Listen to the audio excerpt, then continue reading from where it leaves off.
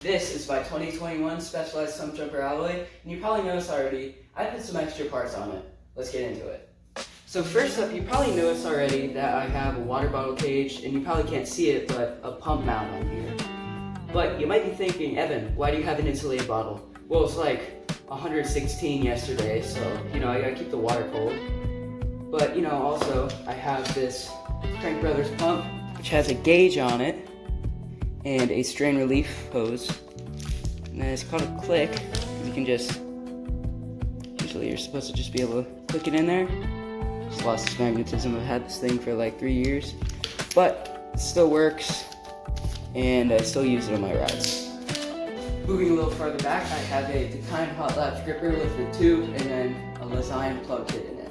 Now, this plug kit works, but it's not all that fun to install plugs into, but my only experience was a piece of glass tearing through my tire and then having to grab it, yanking it out, losing all my sealant. It was a mess, but the plug's still in there, and it works. Last thing I think we should talk about, since we're talking about, rideability and stuff, is sag. So, I'm kind of weird.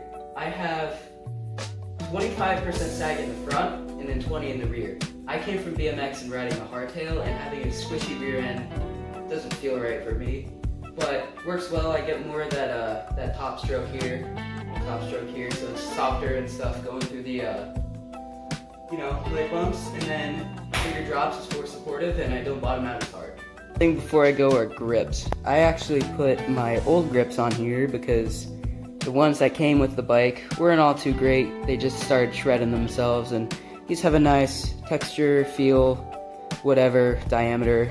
I just like them and I run them. And yeah, that concludes the video. So if you like this video, like it, and if you want to see more content from me, subscribe. It helps out a lot. I'm a new creator, and yeah, see you next week.